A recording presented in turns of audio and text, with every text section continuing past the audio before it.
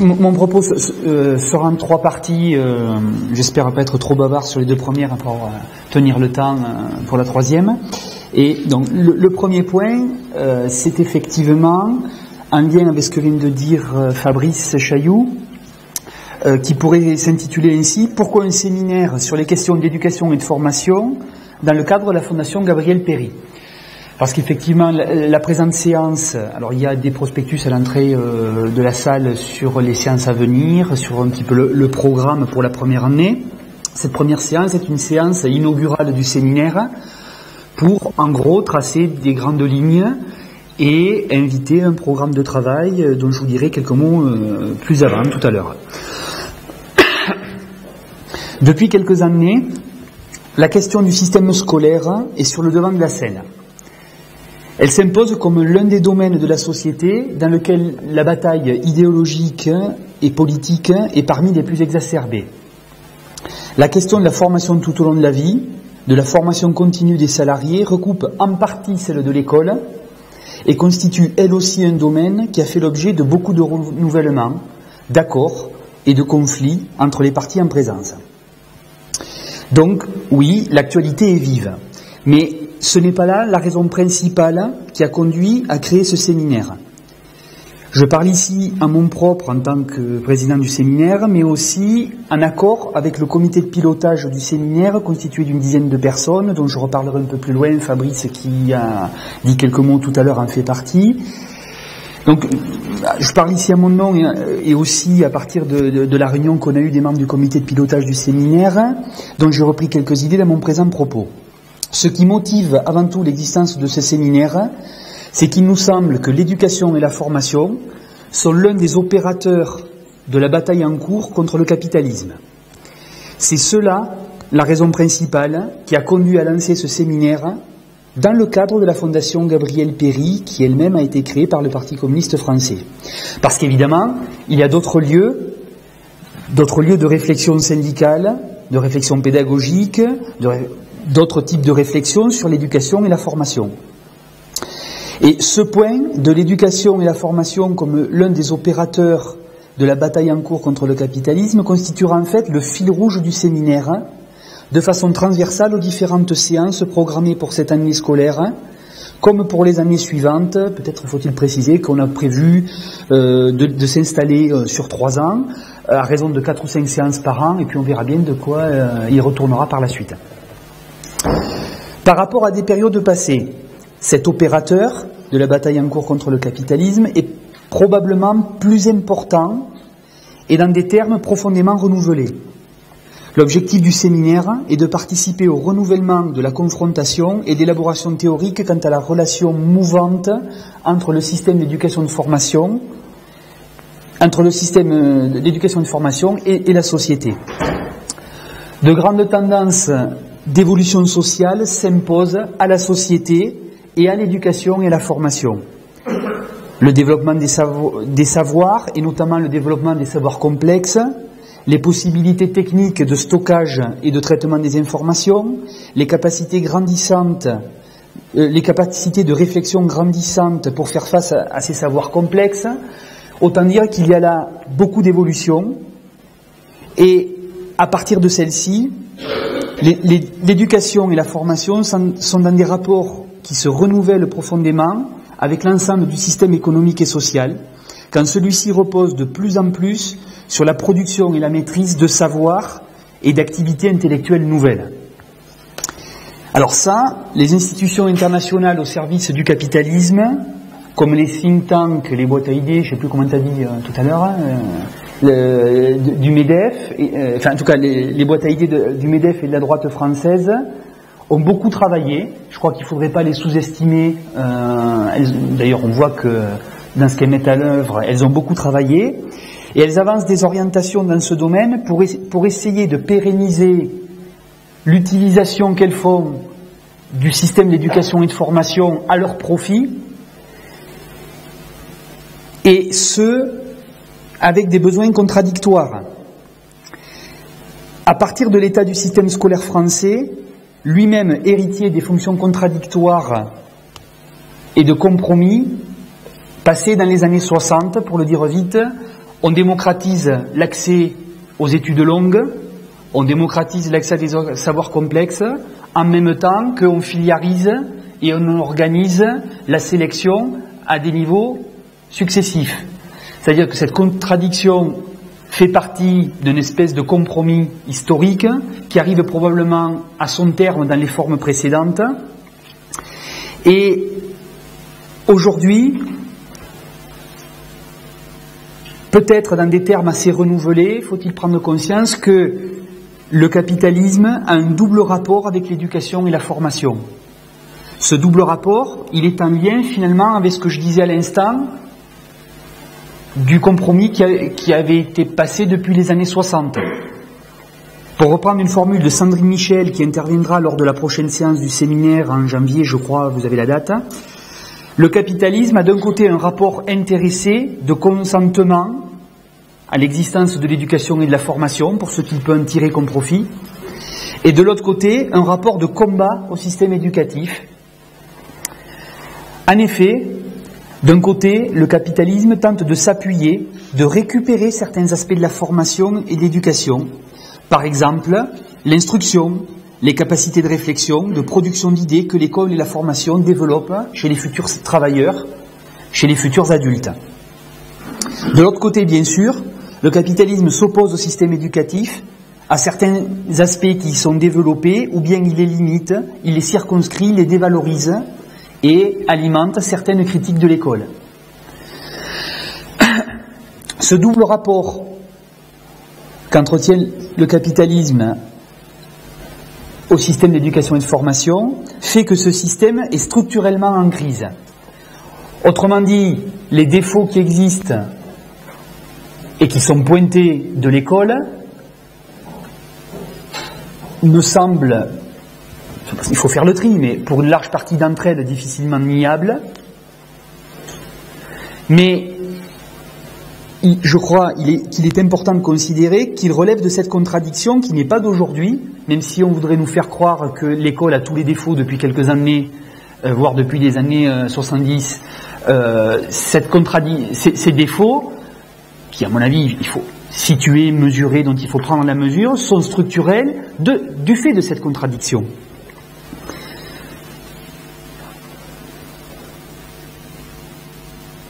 Donc, l'appréhension de cette crise structurelle du système, dans l'analyse, me semble décisif, car de sa compréhension découlent des avancées théoriques potentielles et l'élaboration d'une alternative politique possible.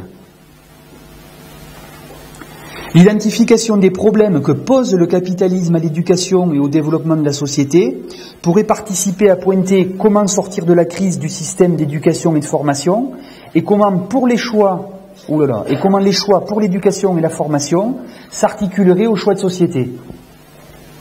Or, ce qui apparaît ici comme une des questions centrales à faire avancer, il me semble que ça n'est pas perçu comme tel par ceux qui sont concernés au premier chef par l'éducation et la formation. Que ce soit les praticiens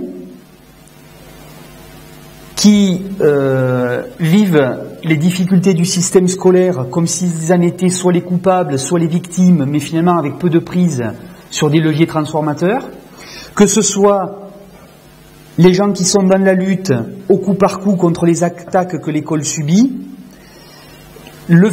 cette conscience est assez floue que la contradiction qui travaille le système scolaire, finalement, découle de son lien avec la société dans une société capitaliste. Et même quand il y a parfois conscience que ce qui se joue dans l'école est finalement une retraduction et pas seulement un décalque, mais bien quelque chose qui travaille l'école en profondeur, y compris de l'extérieur vers l'intérieur et de l'intérieur elle-même, même quand il y a conscience de ça, c'est parfois avec des lectures unilatérales, à partir de quelques indicateurs ou de quelques ressentis, qui ne prennent pas assez en compte le rapport contradictoire qui existe entre la société, le capitalisme et l'éducation. J'y reviendrai après, mais on a tendance à voir soit uniquement les attaques ou ce en quoi le capitalisme veut mettre la main sur l'éducation pour l'empêcher, pour l'attaquer, soit ce en quoi le développement de l'éducation participe au développement de la société. Et il me semble que ce n'est pas l'un ou l'autre, mais qu'il faut regarder comment les deux s'articulent. Le séminaire que nous inaugurons aujourd'hui vise donc à l'élaboration théorique, à connaître et à confronter des analyses éclairantes en la matière. Il s'agira donc de ce fil rouge principal que d'identifier en quoi l'éducation et la formation sont un des opérateurs de la bataille en cours contre le capitalisme. Mais une incidente de ce fil rouge, c'est que les participants du séminaire puissent s'approprier les éléments livrés à la réflexion et puissent contribuer à celle-ci. Autrement dit, qu'ils ne soient pas seulement auditeurs, mais participants au sens plein. La discussion, bien sûr, tout à l'heure, j'espère, va y contribuer au cours de la séance. Mais au-delà, nous souhaiterions que la participation, ou qu'il y ait plus d'interactivité, par exemple, la page du site web de la Fondation mettra en ligne non seulement le film vidéo de ce propos liminaire et du propos liminaire de chaque séance, mais aussi on mettra en ligne le compte-rendu de la discussion et on accueillera volontiers, voire on les sollicitera par appel, des réactions à ce qui aura été dit, voire à des réflexions pour les amis qui sont en province et qui ne se déplaceront pas chaque fois. L'idée étant d'essayer de voir en quoi les choses peuvent avancer dans la réflexion, mais peut-être aussi, comme on se l'est dit, dans un groupe de pilotage, ce qui peut bloquer et là où on voit qu'on a du mal à avancer. Et donc, forcément, l'appel à participation plus large est important à ce sujet-là, parce que ce second volet du fil rouge consiste en l'appropriation des éléments théoriques en lien avec les luttes, avec les actions de terrain en matière d'éducation et de formation. C'est donc aussi en cela que ce séminaire veut être utile. Il s'inscrit moins dans l'optique d'élaborer un programme politique avec des militants qui en tireraient profit sur le terrain. Ceci, le programme politique, est plutôt du ressort d'un parti politique. Il s'inscrit moins également dans la volonté d'être au niveau des simples constats de ressenti de la situation sur le terrain. Il n'y aurait pas besoin de ce séminaire pour cela, il y a d'autres lieux. Il s'agit plutôt d'une visée prospective pour défricher l'avenir de l'école à partir des mouvements engagés dans la société et des voies de transformation qui pourraient se dessiner dès aujourd'hui. Il ne s'agit donc pas non plus d'un séminaire universitaire ou de recherche au sens strict. Le fil rouge du séminaire porte sur une articulation entre construction théorique et expérience empirique professionnelle ou de lutte. Permettre la compréhension et l'appropriation, identifier les défis, identifier des points d'opposition avec des logiques dominantes et des possibilités de dépassement. Nous n'allons pas discuter à chaque séance en général de ce fil rouge. Nous allons le décliner par thème en fonction des questions essentielles, ou qui nous sembleront essentielles, auxquelles le système d'éducation et de formation français devra avoir répondu dans les 10 à 15 ans qui viennent et dont il faut prendre la mesure dès aujourd'hui. En identifiant les dimensions sur lesquelles va devoir porter la réflexion contradictoire des différentes forces en présence, c'est, me semble-t-il, notre contribution en la matière.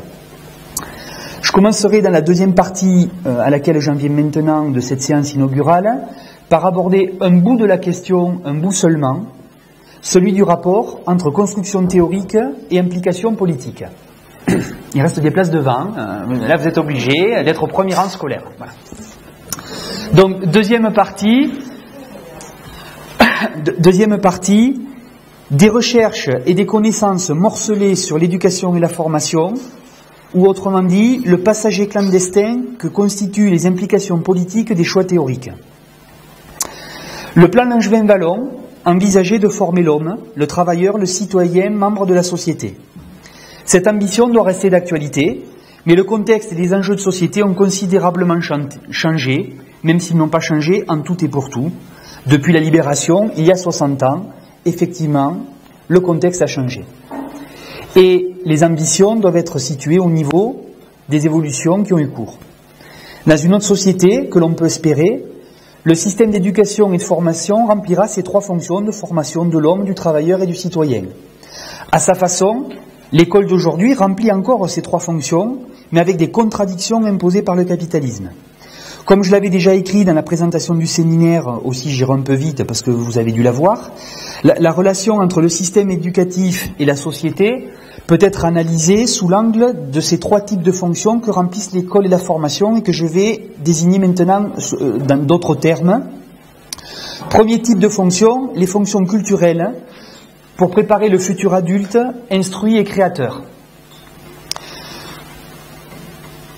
Avec notamment dans ces fonctions culturelles, la transmission d'une génération à l'autre d'un patrimoine de savoir, de réflexion, de type d'analyse à s'approprier, mais aussi la transmission d'une génération à l'autre d'un relais, d'une responsabilité à créer, à renouveler, à intervenir. Chacune de ces deux dimensions de la fonction culturelle, transmission et renouvellement du patrimoine, est en fait utilisée au service du développement de la société, mais aussi limitée par les contraintes que le capitalisme impose à l'école. Deuxième type de fonction économique, deuxième type de fonction que l'école remplit pour la société, les fonctions économiques pour préparer le futur travailleur, avec une dimension que le capitalisme instrumente, mais qui, on peut penser, peut exister dans finalement n'importe quel autre type de société où il y a des travailleurs. Pour développer, il s'agit de développer des forces productives, notamment, pour ce qui nous concerne, j'y reviendrai après, dans le contexte actuel, dans le cadre de la révolution informationnelle, avec l'explosion des connaissances, et un certain nombre de choses que ça implique. Mais aussi, fonction économique, pour développer les forces productives dans les contraintes budgétaires imposées par l'économie capitaliste, qui poussent aussi à la division sociale du travail et à la préparation de la future exploitation. Troisième type de fonction que l'école remplit, ce sont les fonctions sociales pour préparer les membres de la société.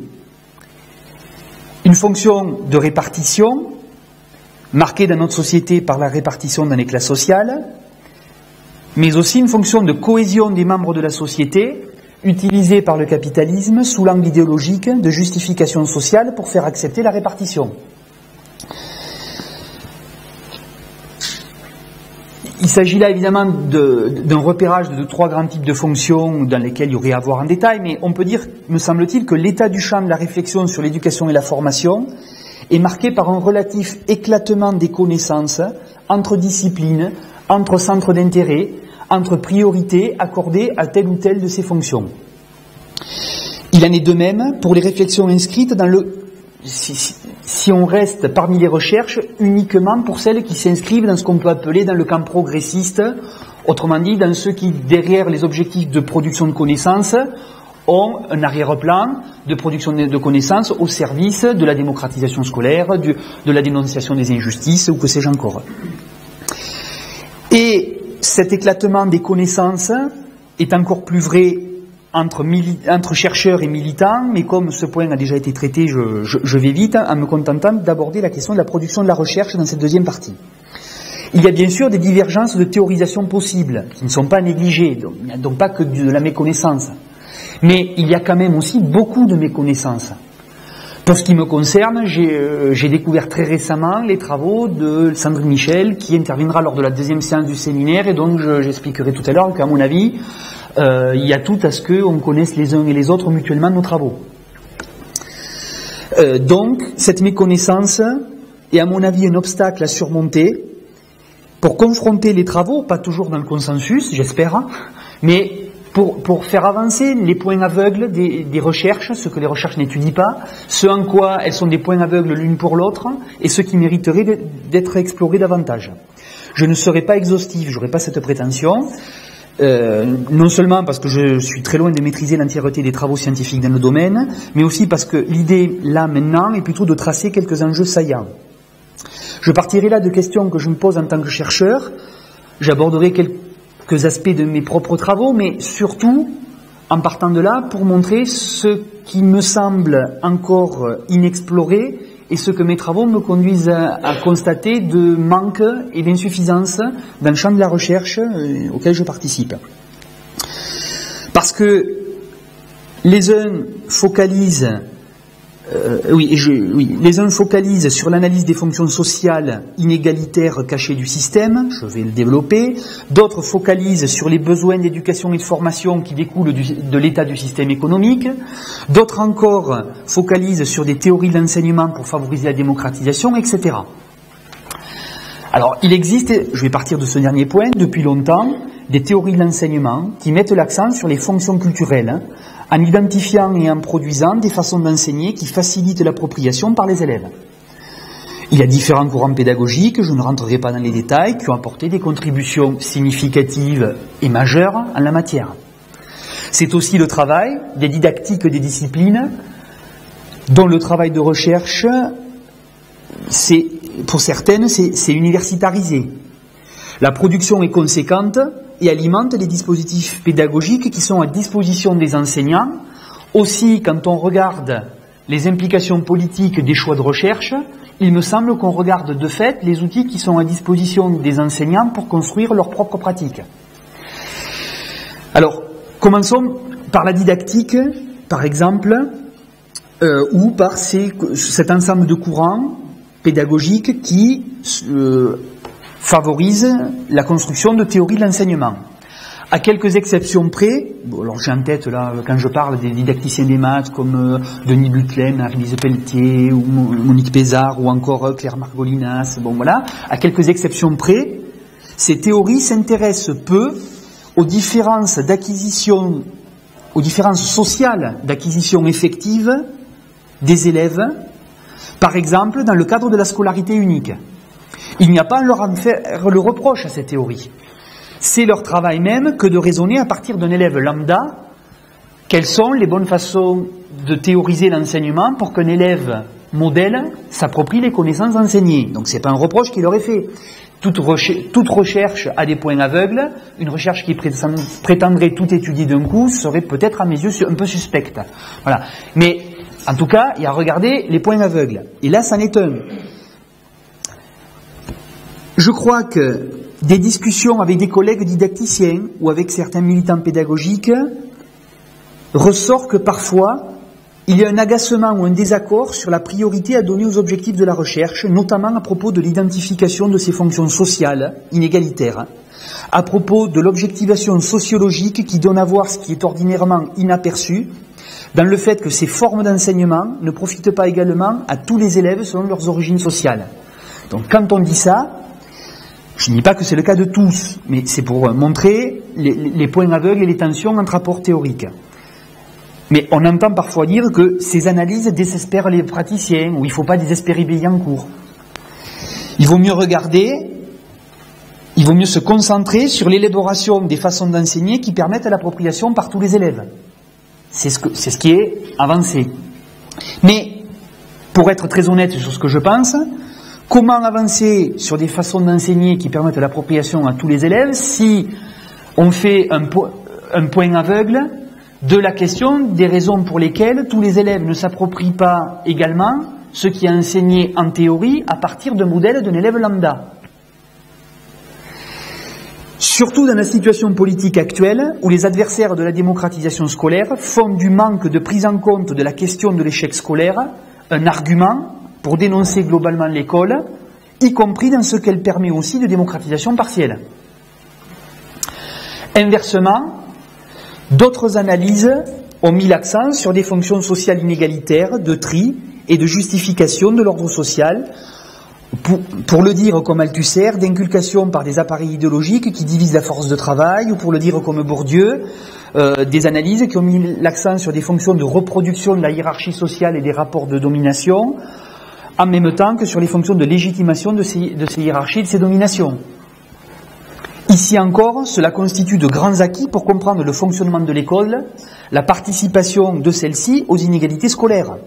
Mais, je ne vais pas m'attarder longuement sur la question, mais pointons rapidement que la seule prise en compte des fonctions sociales inégalitaires indépendamment des autres minimise, par exemple, entre autres choses, minimise les transformations de la société et des rapports de force dans le capitalisme qui sont dus à l'élévation tendancielle du niveau de connaissance d'une génération à l'autre dans un certain nombre de disciplines.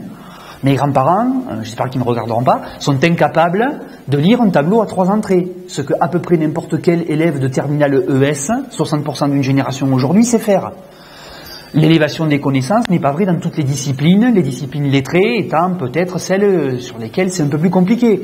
Mais pour des raisons qui ne tiennent pas qu'à l'école, parce que c'est toute la société aujourd'hui qui dévalorise certaines disciplines au profit d'autres, et la situation en tout cas mériterait d'être analysée beaucoup plus en détail. En tout cas, dire que l'école, ne regarder dans l'école que les dimensions inégalitaires, et me semble-t-il pose problème, même si ça poserait problème de ne pas les regarder comme je l'ai dit précédemment. Alors, justement, la question c'est un peu comment on articule ça. Je n'ai pas la prétention de le faire entièrement, mais en tout cas d'essayer de pointer quelques aspects qui permettraient de faire avancer le schmilblick. Je partirai d'un exemple, justement parce que je trouve que ce travail est intéressant même s'il date et qu'il est éclairant, donc la façon dont je vais le discuter, de mon point de vue, n'est pas un dénigrement, une façon constructive.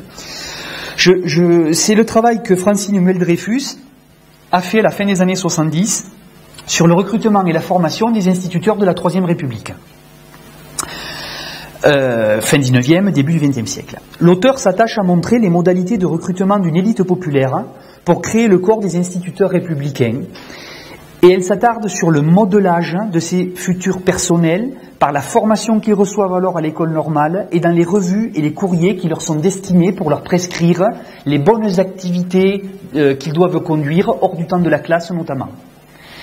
Je vais expliquer ce que ça veut dire. Elle montre ainsi que l'institution forme chez ses futurs enseignants un rapport de proximité et de distance vis-à-vis de l'environnement local de l'école et des populations, ce qui conduit l'auteur a montré les effets idéologiques de ce rapport ambivalent des instituteurs en environnement local.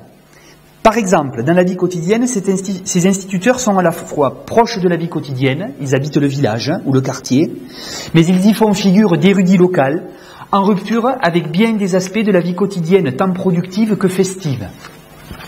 C'est là que les instituteurs instituent, pour jouer sur les mots, l'ordre républicain, en montrant l'exemple sur les mœurs, sur le mode de vie, en montrant ce que doit être le comportement citoyen vu du point de vue de la bourgeoisie qui tient les rênes de la Troisième République.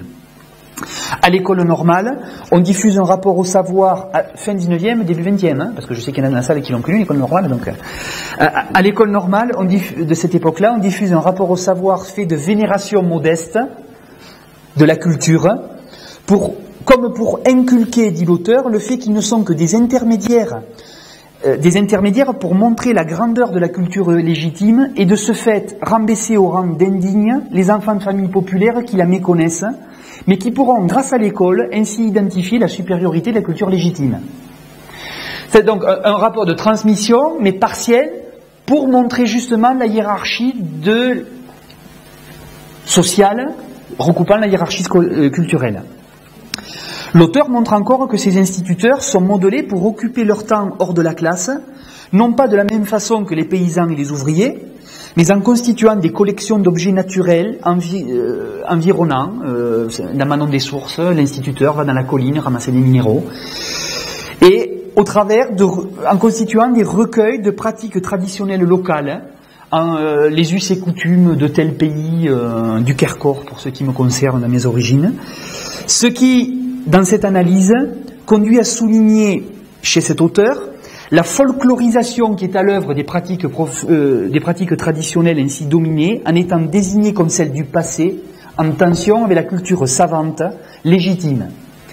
Ce qui conduit encore dans cette analyse à faire des collections de minéraux prélevés dans les collines environnantes un instrument de domination, en montrant indirectement aux enfants de paysans qu'ils sont ignares de vivre dans un environnement qu'ils méconnaissent. En aucun cas, je ne dirais que tout cela est faux ou obsolète.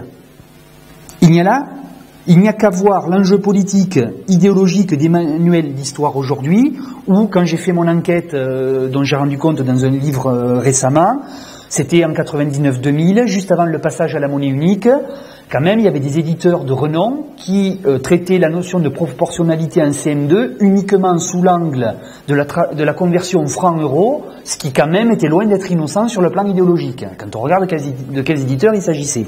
Donc, le fait de regarder la dimension idéologique de domination de l'école ne me semble pas à bannir, au contraire. Mais on ne regarde là qu'un bout de la dimension, et j'accélère, sinon je vais être en retard. C'est-à-dire que on loupe là quelque chose de, me semble-t-il, de fondamental. On loupe le fait que quand on montre des minéraux relevés dans les collines, certes, on montre en quelque sorte que les élèves ne savaient pas ce que c'était et qu'ils étaient en quelque sorte ignares.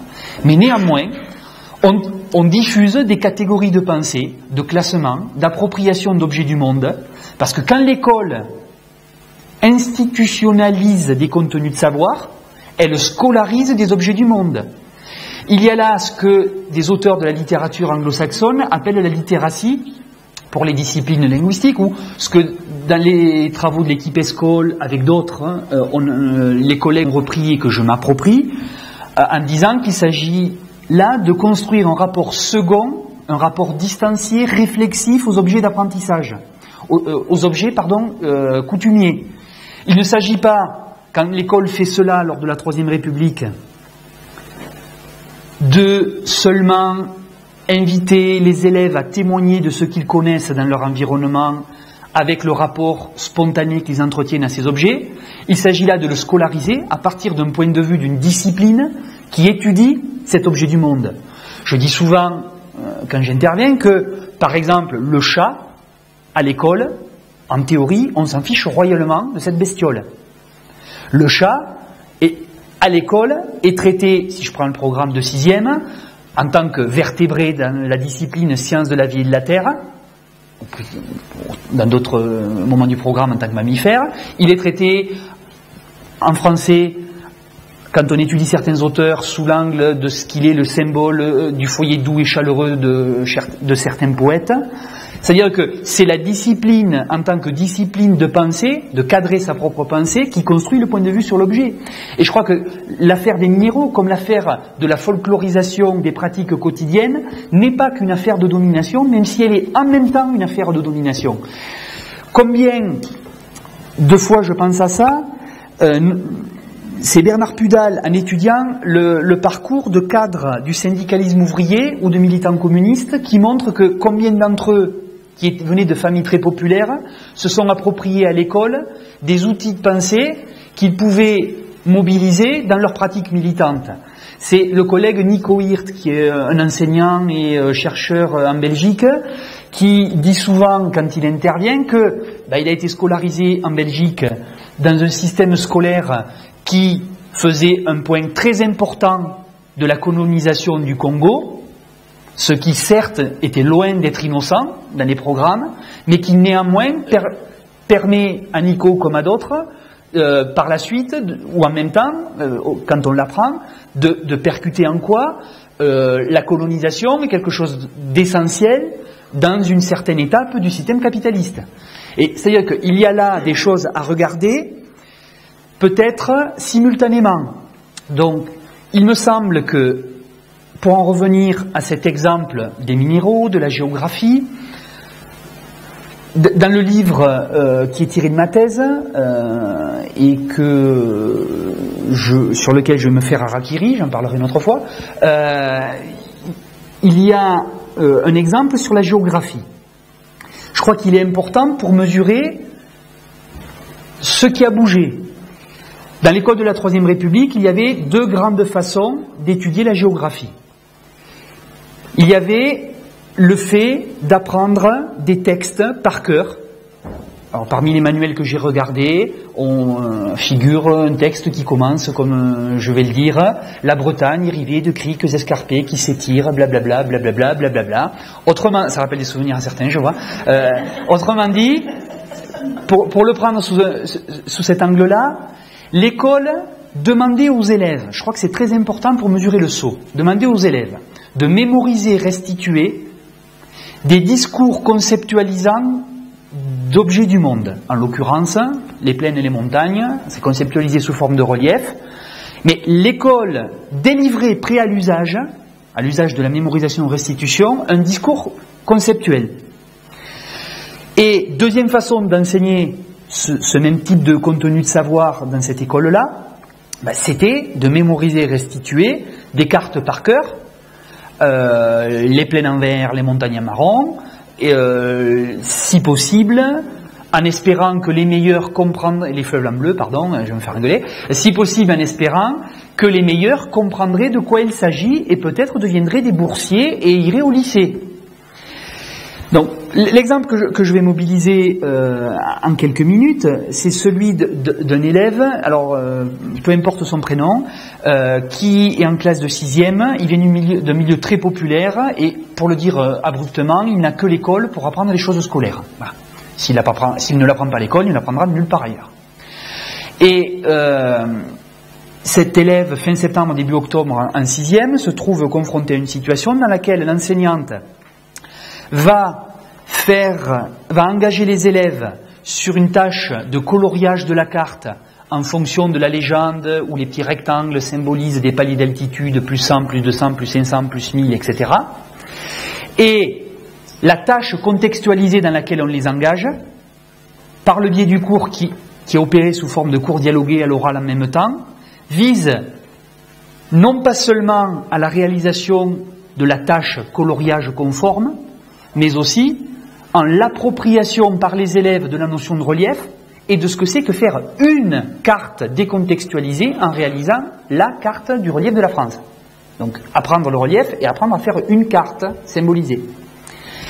Et donc les élèves vont colorier et cet élève-là va passer toute son énergie dans le cours à écouter quand la maîtresse dit à de multiples reprises telle zone, à tel endroit de la carte, vous allez la colorier avec le crayon le plus marron, du marron le plus foncé que vous avez dans votre trousse, parce que blablabla, blablabla, alors blablabla, je traduis, elle dit, parce que ça symbolise un palier d'altitude, elle explique. Et elle l'explique à de multiples reprises, elle essaie de faire le lien entre coloriage de telle tâche avec la notion.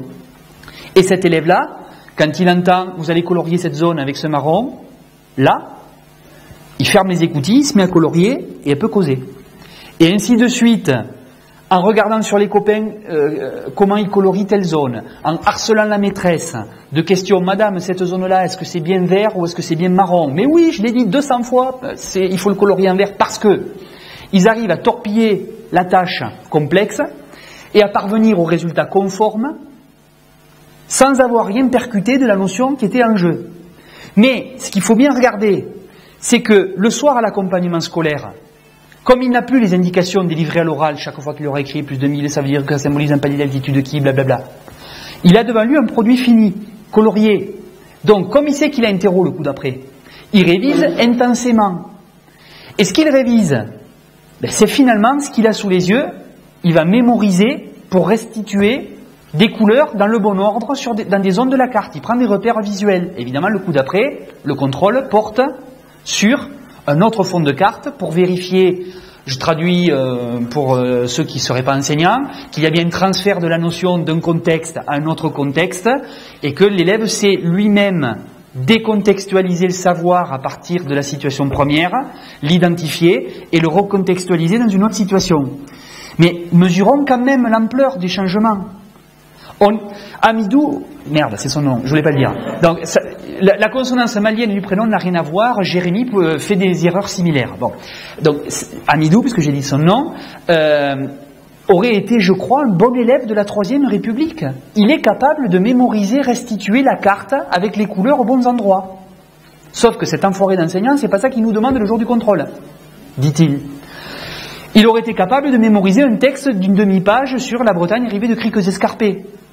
Aujourd'hui, on demande aux élèves non plus seulement de mémoriser, restituer, même s'il faut le faire une fois que les connaissances sont stabilisées, on leur demande aussi de savoir eux-mêmes décontextualiser le savoir, opérer cette conceptualisation et repérer les autres situations dans lesquelles le transfert de ce savoir est approprié.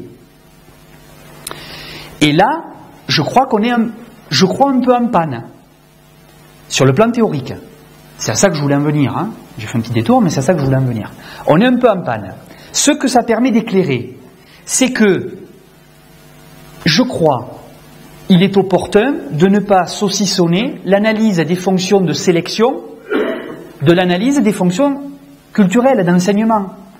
Depuis la scolarité unique, il n'est pas vrai que la sélection se passe uniquement à l'entrée dans une formation. Autrefois, les enfants de milieu populaire étaient quasiment bannis des formations élitistes.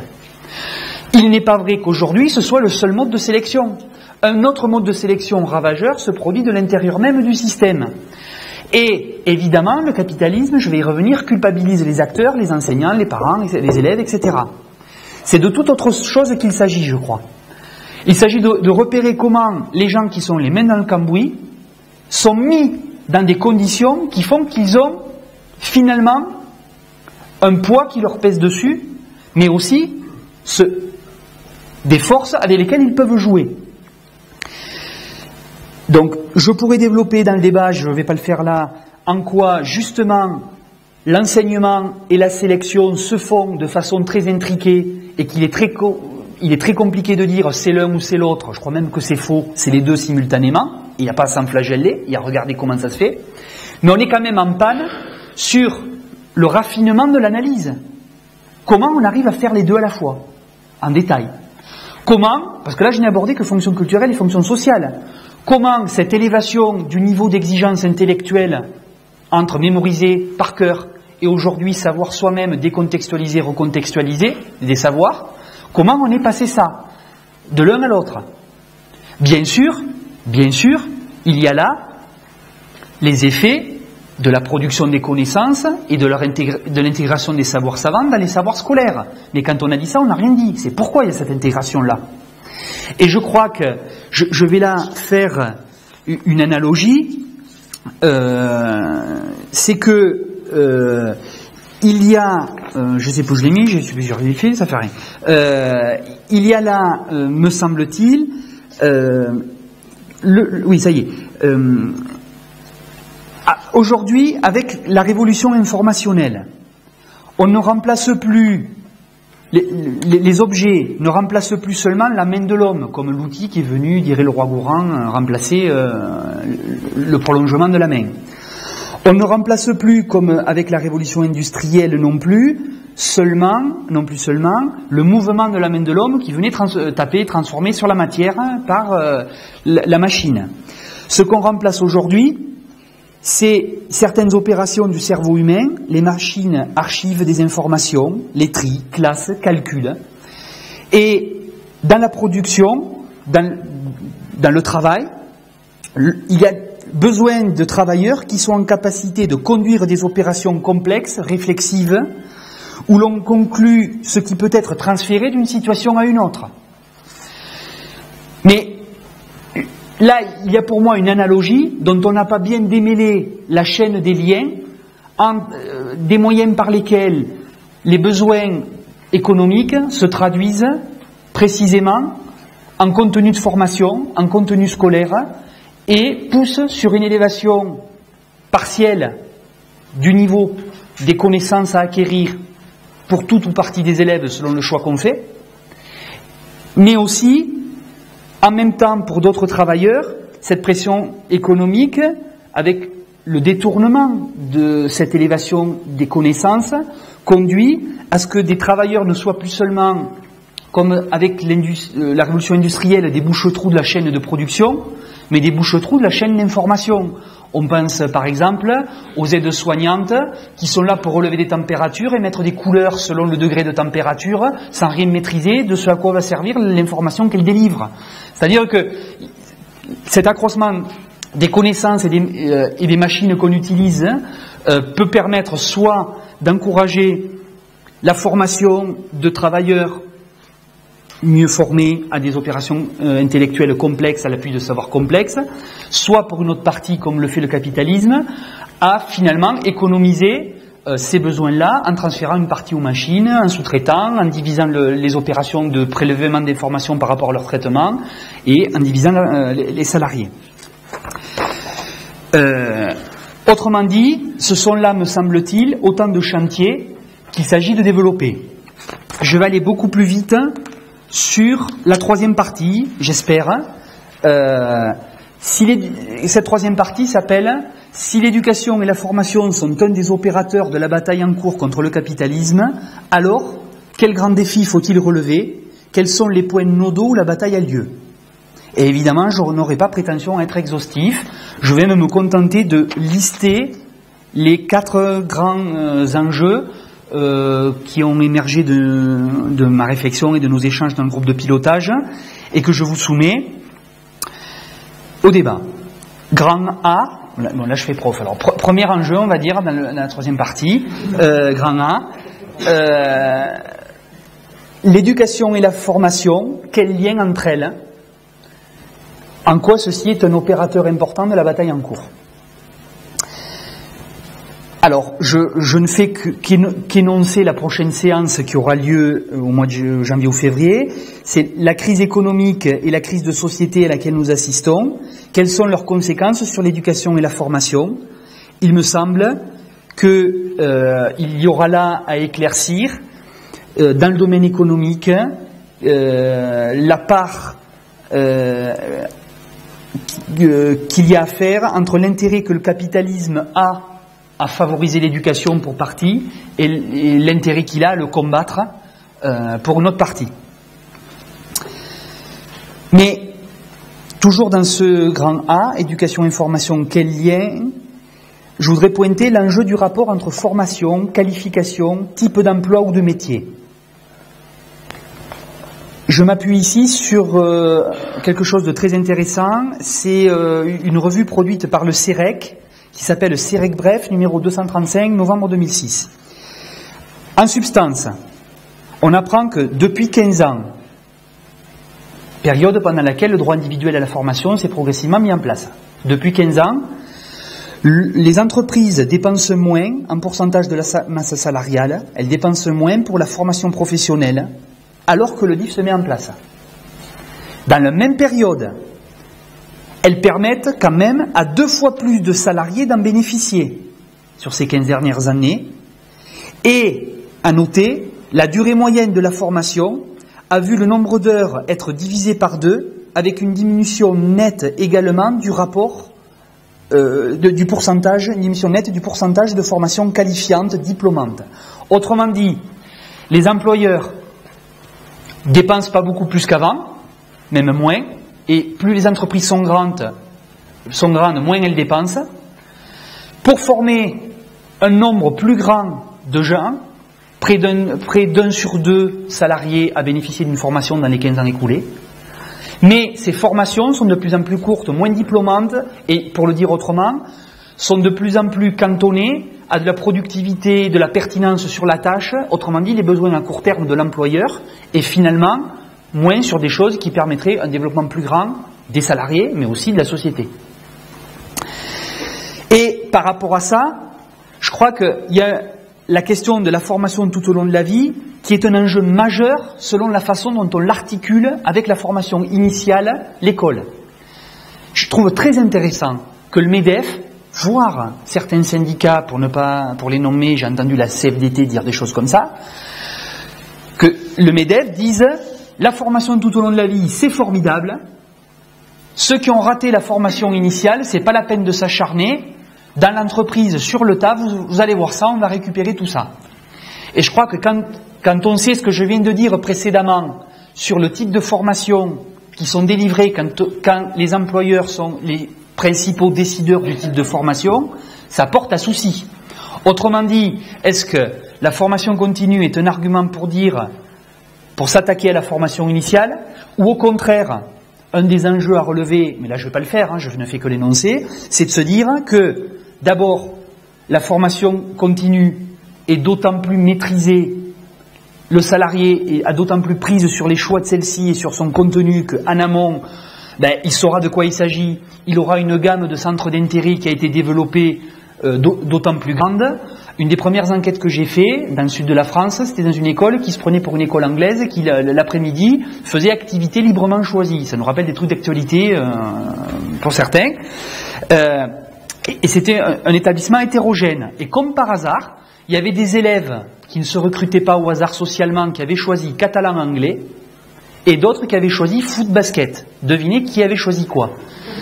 Et effectivement, si on laisse les élèves choisir, si on laisse en jachère la formation initiale en disant on rattrapera les trains plus tard, évidemment, on s'empêche de développer de nouveaux centres d'intérêt, d'accroître de l'intérêt pour des choses dont l'intérêt serait insoupçonnable vu les familles dont viennent certains élèves. Voilà. Et en enseignant à Saint-Denis, je crois pouvoir dire que j'ai un certain nombre d'étudiants qui, heureusement, ont fait des études, parce qu'il y a des choses qu'on aborde, ils ne seraient jamais venus étudier à l'université sans cela. Donc, je passe là-dessus, sur les enjeux de formation et de formation continue, parce que la question du diplôme, il faudra la traiter, c'est quelque chose d'essentiel, parce que même si le diplôme n'est pas une arme absolue contre le chômage, ça reste quand même la moins mauvaise ou la meilleure des armes sur le plan statistique, d'autant plus qu'on est de milieu populaire. Voilà. Et notamment avec la question de l'individualisation des parcours des salariés et en formation, je crois que le modèle LMD, qui est pris pour modèle de l'actuelle réforme des lycées, et même de ce qui se joue jusqu'à la maternelle avec les compétences, l'individualisation des trajectoires, etc., doit nous amener à mieux penser l'enjeu de l'articulation entre formation initiale et formation continue, entre école et formation tout au long de la vie, parce que je crois que le modèle qu'ont en tête les décideurs économiques, c'est celui des cadres. Pour résoudre une des contradictions auxquelles se trouve confronté le capitalisme, c'est comment, avec la mondialisation et la concurrence, permettre de former des salariés, une partie des salariés, qui va inventer des connaissances marchandisables, donc source de profit, mais comment ces salariés les former à moindre coût, comment les former donc à moindre coût, mais aussi pour qu'ils revendiquent moins sur le marché du travail. Et je passe sous silence ce qu'on fait des salariés dont on estime qu'on n'aurait pas besoin pour produire des connaissances. Mais pour qu'ils soient à moindre coût sur le marché du travail, le modèle des cadres s'impose, puisque la question fondamentale, ce n'est pas pour eux quel diplôme tu as, apparemment, mais quelles sont tes prétentions salariales. Or, même si c'est corpo, la bataille des internes en médecine, de façon peut-être un peu plus progressiste, la bataille des lycéens pour défendre un bac national il y a quelques années, me semble-t-il, révéla quelque chose de profond. C'est que si on a un diplôme commun, on a des intérêts communs par la suite, donc revendications communes. Et ce qu'on nous oblige à faire à l'université, de délivrer des livrets de compétences en plus des diplômes, veut dire qu'on a encore gardé le diplôme en France. Mais les termes de la réforme au niveau européen, c'est pas diplôme, bac plus 3, bac plus 5, bac plus 8, c'est niveau de sortie. Ça veut dire pas forcément diplôme. Et niveau de sortie signifie compétence, signifie quelqu'un de pertinent à embaucher, mais signifie un diplôme qui n'est pas le même de l'un à l'autre, une qualification reconnue qui n'est pas la même de l'un à l'autre, et donc qui empêche de faire revendication commune. Je crois qu'on aurait tort de penser que ce qui se joue dans la formation, dans l'école aujourd'hui, est indépendant de la reconfiguration du salariat. Mais j'ai déjà été trop long sur ce premier sous-point, je vais extrêmement vite. Deuxième sous-point, grand B, la pression de l'extérieur du système d'éducation et de formation sur ce qui se joue à l'intérieur, dans chacun des degrés du système et dans les différentes filières.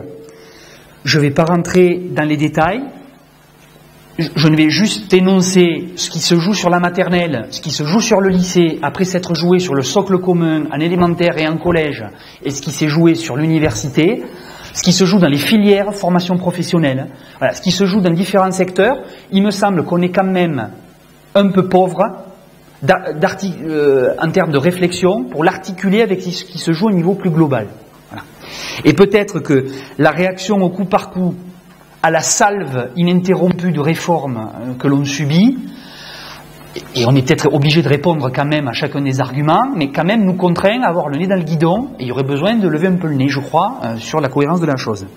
Troisième grand sous-point, dans cette troisième partie, la pression de l'extérieur du système d'éducation et de formation sur les différentes catégories élèves, familles, enseignants, élus, salariés en formation, et sur les individus au-delà de ces catégories. D'accord, j'ai des titres longs. Bon. Non, je ne vais pas faire long, simplement pointer quelques enjeux là-dessus. Je crois que la question de l'individualisation est essentielle dans cette histoire. Parce que, avec les grandes réformes qui ont conduit dans les années 60 à faire une scolarité unique, puis une filiarisation, ce qui apparaissait à nos grands-parents ou à nos parents, selon les âges, comme quelque chose d'un destin de classe, et là je m'appuie sur des travaux de ceux de Jean-Pierre Terrail, ceux de Yves Clos, ceux de Jean-Yves Rochex et d'autres, ce qui apparaissait comme un destin de classe, mon grand-père disait, je n'ai pas fait d'études longues parce que j'étais enfant de paysan. Point. La question ne se posait pas. Il était très fier d'avoir été premier du canton au Certif, toute sa vie il nous l'a dit. Néanmoins, ça n'a pas changé sa destinée professionnelle. Le fait de faire tel ou tel type d'études, d'avoir tel ou tel type d'emploi plus tard, était une destinée clairement, explicitement de classe.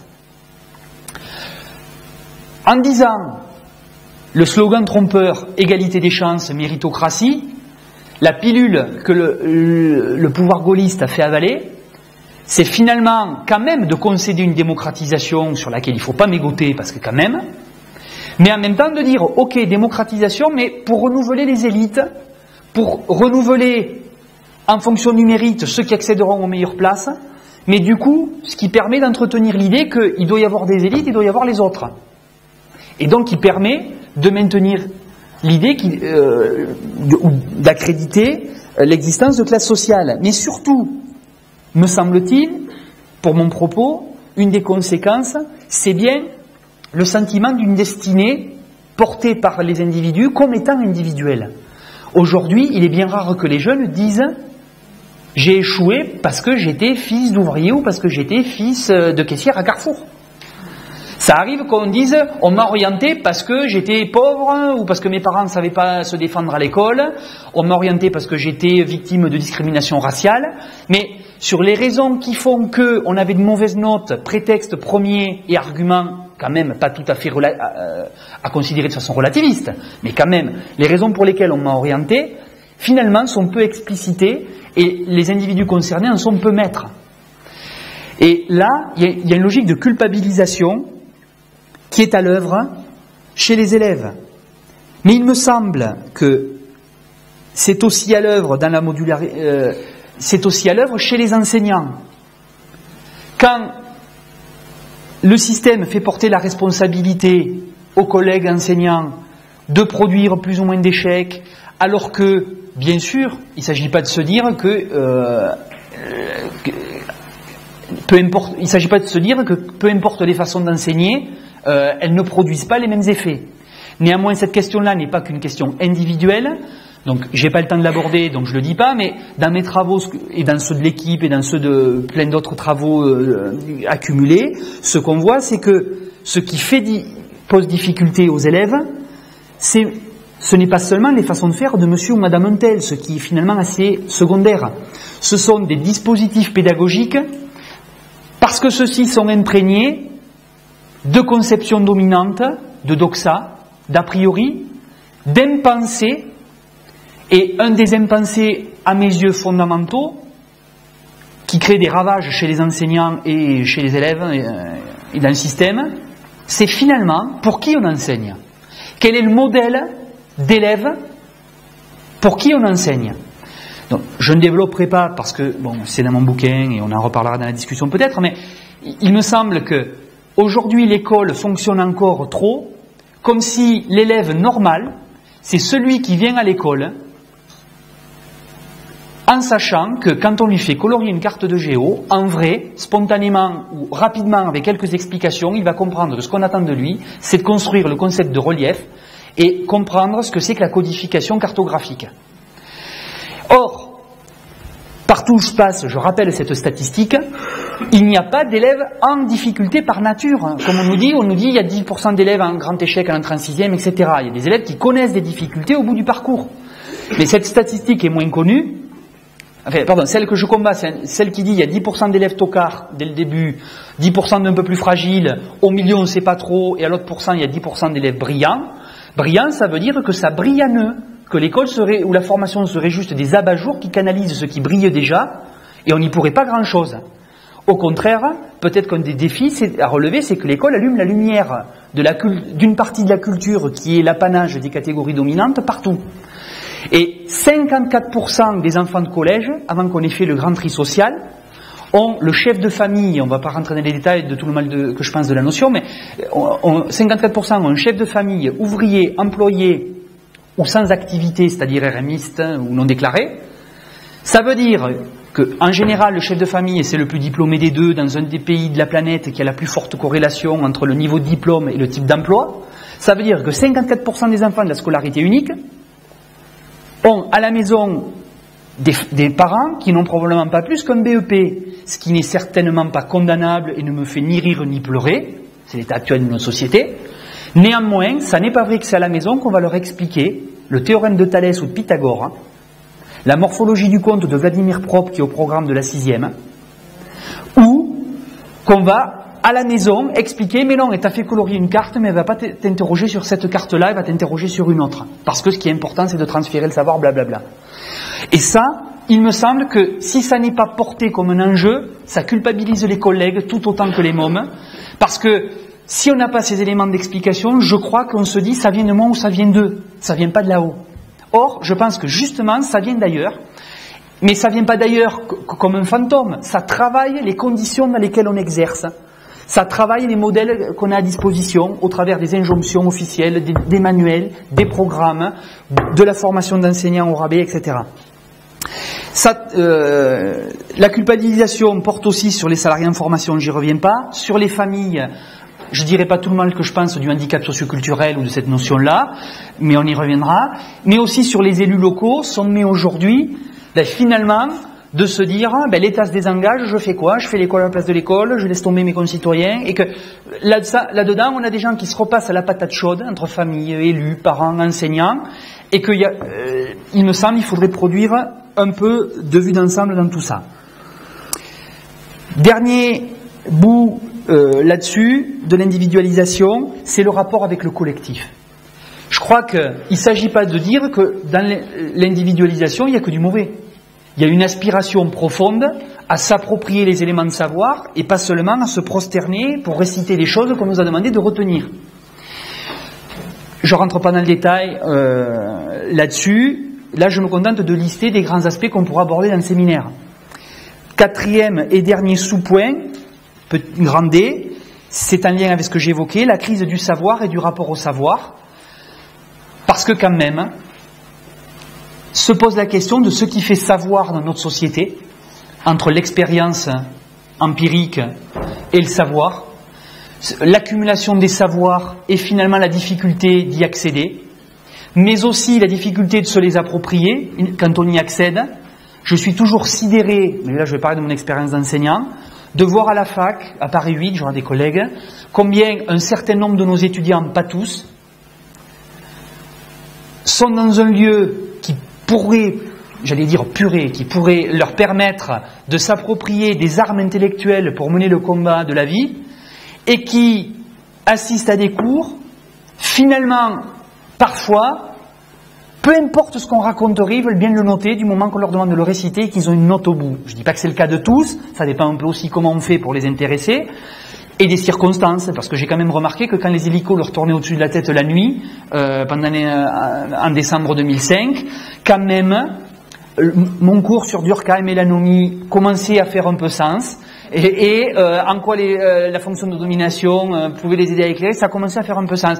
Mais c'est pas si simple que ça, et on est face quand même à une telle diffusion de savoir que l'éclectisme et le relativisme risquent de s'imposer. Et en un mot de conclusion, cet éclectisme et ce relativisme guettent aussi le champ de la production de la connaissance. Quand je dis que dans ce séminaire, on va essayer de mobiliser des apports différents, eh bien peut-être essaierons-nous, non, c'est sûr qu'on va essayer, peut-être y arriverons-nous, à produire au moins une accumulation de choses hétéroclites qui apparaissent les unes après les autres, qu'à une confrontation, quitte à ce que des fois on se chamaille peut-être, on verra, j'en sais rien, mais au moins à ce qu'on essaie de produire de la confrontation, des éclairages d'une recherche par l'autre, etc. Donc, les prochaines séances du séminaire, vous les avez à disposition sur le papier. J'ai déjà été hyper trop long, j'ai fait 1 heure alors que je m'étais promis de ne pas dépasser 3/4 d'heure. Et je le rappelle, entre 2 séances, on mettra en ligne le propos liminaire, les comptes rendus de la discussion et des contributions des participants du séminaire, à commencer par celles qui vont venir maintenant peut-être, si je n'ai pas assommé le débat par mon trop grand bavardage.